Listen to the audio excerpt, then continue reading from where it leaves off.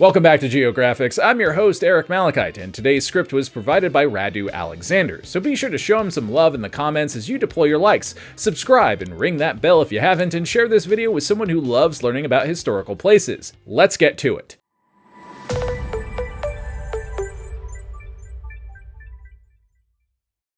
At first glance, it appears to be a plain red line marked on the sidewalks of Boston. In some places, it's made out of red bricks. In others, it's simply red paint splashed over the pavement. Every now and then, the line is interrupted by a special marker, a metal disc implanted in the sidewalk that bears the words, "The Freedom Trail, Boston." It goes on like this for 2.5 miles through the city. On a good day, you can walk it in about 60 minutes. In fact, countless people walk it or at least part of it every day without a second thought. Little do many of them know that they are stepping through a quintessential part of American history as they stroll 16 historic sites that played important roles during America's emergence as an independent nation. So today we're going to join them metaphorically as we also walk the Freedom Trail.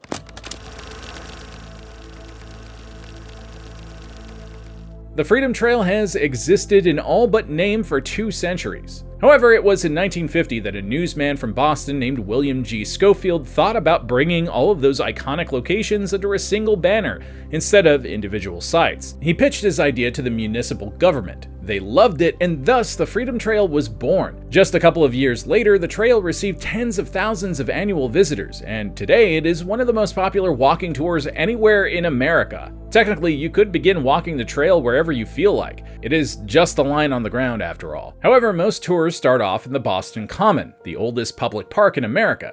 And it is Boston Common, not the Boston Commons, as it is sometimes incorrectly referred to. Sprawling over 44 acres, the park traces its roots all the way back to the first European settler in the area, an Anglican minister by the name of William Blackstone, also spelled Blackston, but it's still pronounced Blackstone. He had arrived in the New World in 1623 as part of an expedition led by Robert Gorges that landed in Weymouth, Massachusetts. But that colony failed within 2 years, so Blackstone traveled alone 15 miles south until he reached the Shawanock Peninsula, the future site of Boston. He settled in the area and lived in solitude for 5 years until the Puritans showed up on his doorstep in 1630. Well, they first settled in Charlestown across the river, but that place didn't have a good supply of fresh water. So, wanting to be neighborly, Blackstone invited them over, keeping 50 acres of prime real estate on the western side of the peninsula for himself. The Puritans gladly took him up on the deal, in the process renaming Shawanock to Boston after a town in Lincolnshire, England. Just a few years later, though, Blackstone was fed up with his neighbors. With Boston's population now in the thousands, it was just too damn crowded for a man who enjoyed his peace and quiet. So in 1634, he said, "Screw you guys, I'm moving to Rhode Island." Before doing so, he sold 44 of his remaining 50 acres to the Puritans for the sum of 30 pounds, raised through a one-time tax of 6 shillings paid by each homeowner. Those 44 acres became a public grazing pasture, also known as the Common Land, hence the name Boston Common. Besides feeding cows and goats, the Common was also used for more sinister purposes, such as public punishments and executions. It had stocks, pillories, and whipping posts, and even a public gallows where people were hanged for offenses such as murder, repeated theft, or simply being a Quaker. During the Revolutionary War, or should we say right before it, the Boston Common was used alternatively as a training ground for local militia, as well as an army camp where British troops were garrisoned in the city. It was from the foot of the Common that the British Army led by Lieutenant Colonel Francis Smith embarked on an ill-fated date with destiny in April 1775, when it set off for Lexington and Concord, the site of the first major battle in the Revolutionary War.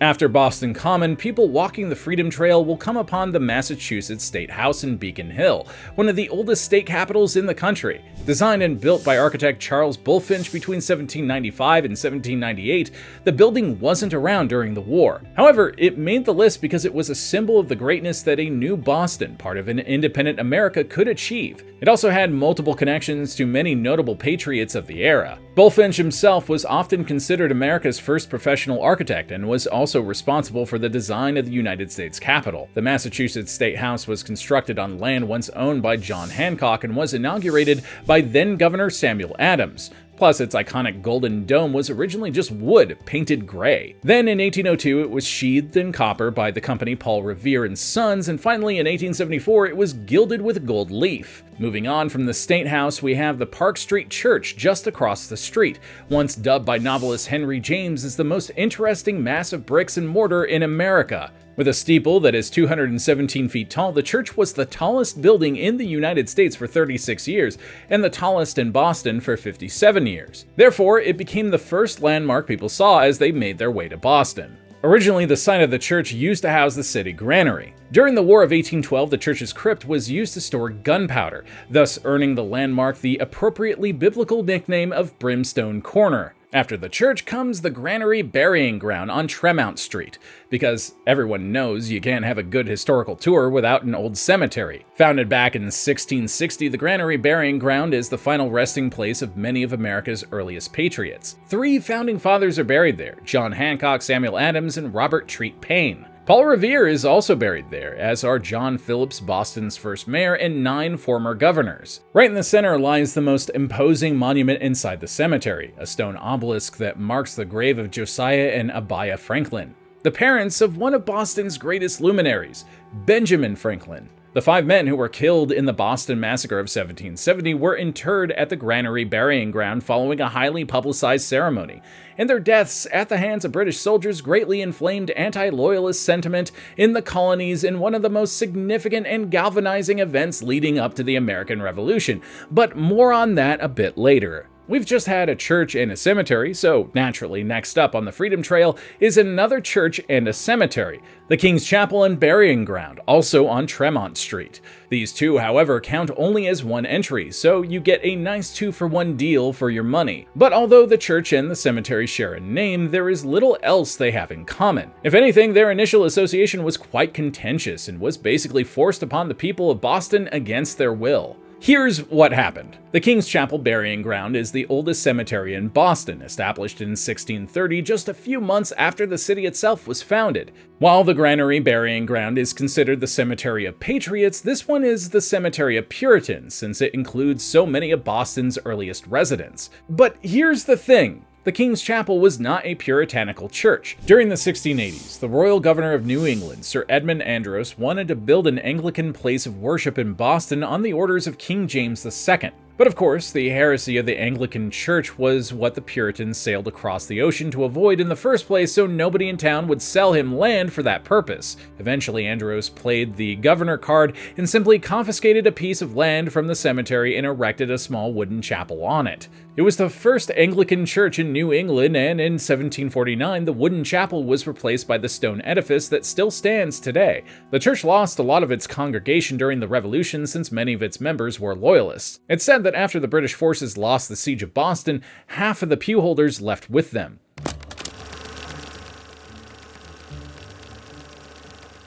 Next up on the Freedom Trail is the Boston Latin School, the oldest public school in America, founded in 1635 that offered free education to children rich and poor alike. Just the boys, though. Can't get too egalitarian. Unfortunately, the original school is long gone. It was torn down during the mid-18th century to make room for the stone extension of the aforementioned King's Chapel. So now, people walking the trail will only find a mosaic on the ground that marks the original site of the school. But next to the mosaic, there is an 8-foot bronze statue of the school's most famous pupil, Benjamin Franklin. Franklin was one of 5 signers of the Declaration of Independence who attended the Boston Latin School, alongside John Hancock, Samuel Adams, Robert Treat Paine, and William Hooper. But although 5 attended, only 4 graduated, because Ben Franklin was not only the school's most famous student, but also its most famous dropout. Moving on from the school, we have the Old Corner Bookstore. Once the home of one of Puritan Boston's most infamous residents, Anne Hutchinson, a religious reformer who was banished for heresy, the original building burned down during the Great Boston Fire of 1711. Then in 1718, Dr. Thomas Creese rebuilt it and turned it into Boston's first apothecary shop. However, it was during the 19th century that the building gained its name and fame when it housed the Ticknor and Fields Publishing Company.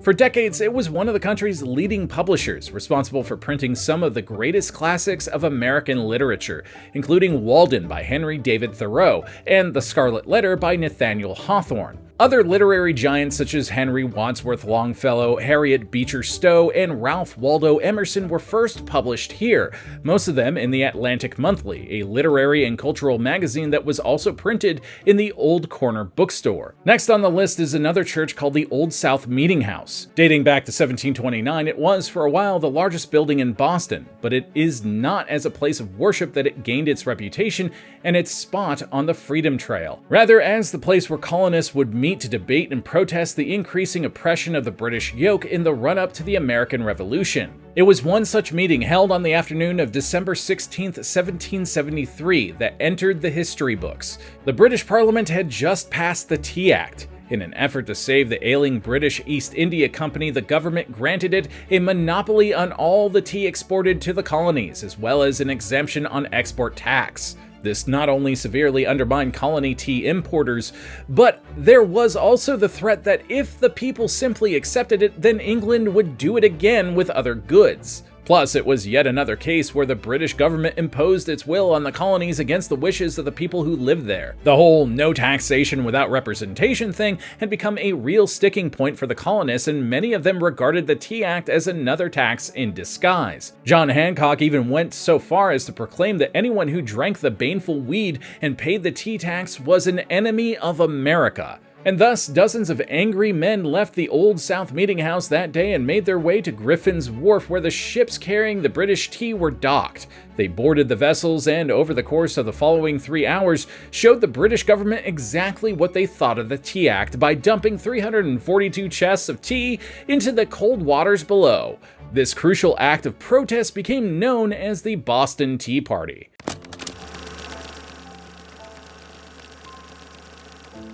We've already had Boston's new State House on the Freedom Trail, but now we have arrived at the Old State House, the city's previous administrative center and the oldest surviving public building in Boston. Constructed in 1713 after the even older wooden townhouse was destroyed in the fire of 1711, this building was the scene of many fiery speeches and protests in the years that preceded the American Revolution, as the colonists got increasingly more fed up with the oppression of the British Crown. Of particular importance was the speech given by James Otis, criticizing the writs of assistance in 1761, almost 15 years before the war broke out. Later touted as the first scene of the first act of opposition, future founding father and American President John Adams described Otis as a flame of fire with a prophetic glance of his eye into futurity and a torrent of impetuous eloquence. He hurried away everything before him. Every man of a crowded audience appeared to me ready to go away, ready to take arms. Then and there the child of independence was born. Right outside the Old State House sits the next entry on the Freedom Trail, one of the most important even though it is a simple circle of paving stones on the ground. This marker denotes the site of the Boston Massacre that took place on March 5th, 1770, when redcoat soldiers opened fire on civilians and killed 5 of them. Crispus Attucks, Samuel Gray, James Caldwell, Patrick Carr, and Samuel Maverick. In 1768, the British government passed yet another set of taxes and regulations on the colonies known as the Townshend Duties. It then sent an army of 2,000 redcoats to Boston to quell any potential riots to protect customs officials from getting mobbed in the streets. But with tensions at an all-time high, violence was inevitable. Boston had become a powder keg that could go off at any time. On that fateful day, it was a trivial matter that prompted a riot, most commonly claimed to be a dispute over a barber bill. A redcoat soldier struck down a boy trying to collect a debt and soon found himself surrounded by angry locals throwing stones at him, prompting him to take refuge in the nearby customs house. Captain Thomas Preston arrived with a rescue party to bring the soldier to safety, but despite his orders and threats, the crowd, which numbered in the hundreds, refused to disperse. Preston never gave the order to fire. One of his soldiers was struck down by a thrown object. He got up and discharged his musket in anger, prompting the others to follow suit. When the smoke cleared, 3 men were dead and 2 more later succumbed to their injuries. The event caused outrage all over the colonies and became one of the pivotal moments that led to the Revolution. Next up is Faneuil Hall, a meeting house and marketplace built in 1741 by one of Boston's wealthiest merchants, Peter Faneuil, as a gift to the city. Just like the Old State House, Faneuil Hall played host to many tumultuous meetings and secret midnight assemblies of Boston's patriots to debate and decide their fate prior to the war. Faneuil Hall is often referred to as the Cradle of Liberty, a name which, at the very least, is bitterly ironic given that Peter Faneuil was, among other things, a slave trader. Perhaps the building's most famous feature is the 4-foot-long gilded grasshopper weather vane. Allegedly, it was used during the War of 1812 to spot spies by simply asking them, "What's on top of Faneuil Hall?" A question which every local would know the answer to. After Faneuil Hall comes a modest, unassuming wooden house in North Square. It was built in 1680, and at the time, it was just another house. Its fame only came a century later when it became the home of one of the American Revolution's most celebrated patriots, Paul Revere. Immortalized in Longfellow's poem Paul Revere's Ride, the colonist who was a silversmith by trade owned the house between 1770 and 1800. Nowadays, unsurprisingly, it operates as a Paul Revere museum celebrating the patriot's life, career, and his much-publicized midnight ride. Speaking of which,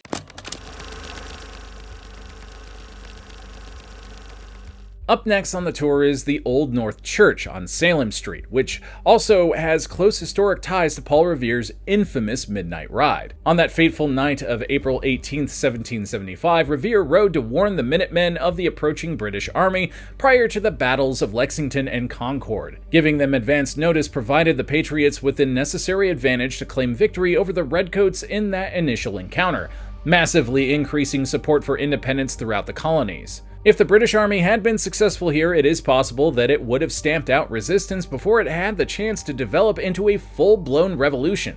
And it all started in the Old North Church, where the sexton Robert Newman used a secret signal to alert Revere and his companions that the Redcoats were approaching by water via the Charles River instead of crossing the Boston Neck on land. He lit 2 lanterns in the window, one if by land and 2 if by sea, becoming the phrase that every American kid learns in school to commemorate this critical historic moment on the eve of the Revolution. Now that we're finished with churches, we might as well add one last cemetery to the list, Copp's Hill Burial Ground in the North End.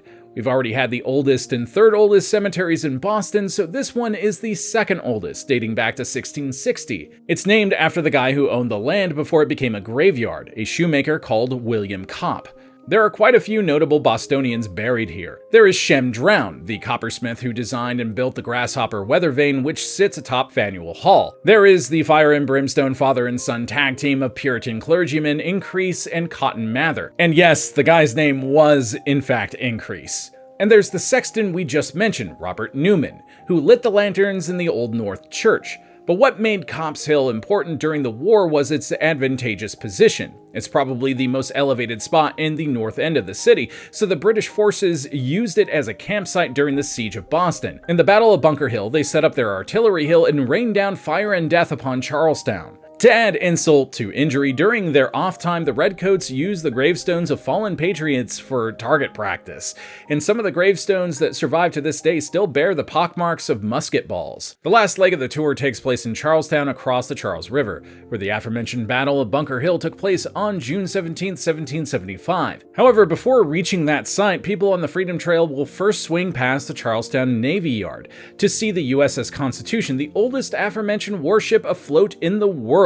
Old Ironsides, as it is also known, was launched in 1797, so after the Revolutionary War, but it truly proved its worth during America's second tussle with Britain, the War of 1812. It defeated several British warships in battle, but the most memorable was the clash between the USS Constitution and the HMS Guerriere. In less than an hour, the Constitution reduced its enemy to a sinking wreck, scoring what historians lauded as probably the most brilliant American victory of the war. The last stop on the Freedom Trail is the monument erected to commemorate the Battle of Bunker Hill, later heralded by Daniel Webster as the first great battle of the Revolution, but not only the first blow, but the blow which determined the contest. While the significance of the battle is beyond reproach, its name not so much, because the 221-foot granite obelisk is located on Breed's Hill, where most of the fighting actually took place, not Bunker Hill. It seems that the confusion dates back to the battle itself thanks to a faulty map that swapped the names of the hills. So, when the commander of the Patriot forces, Colonel William Prescott, gave the order to fortify Bunker Hill,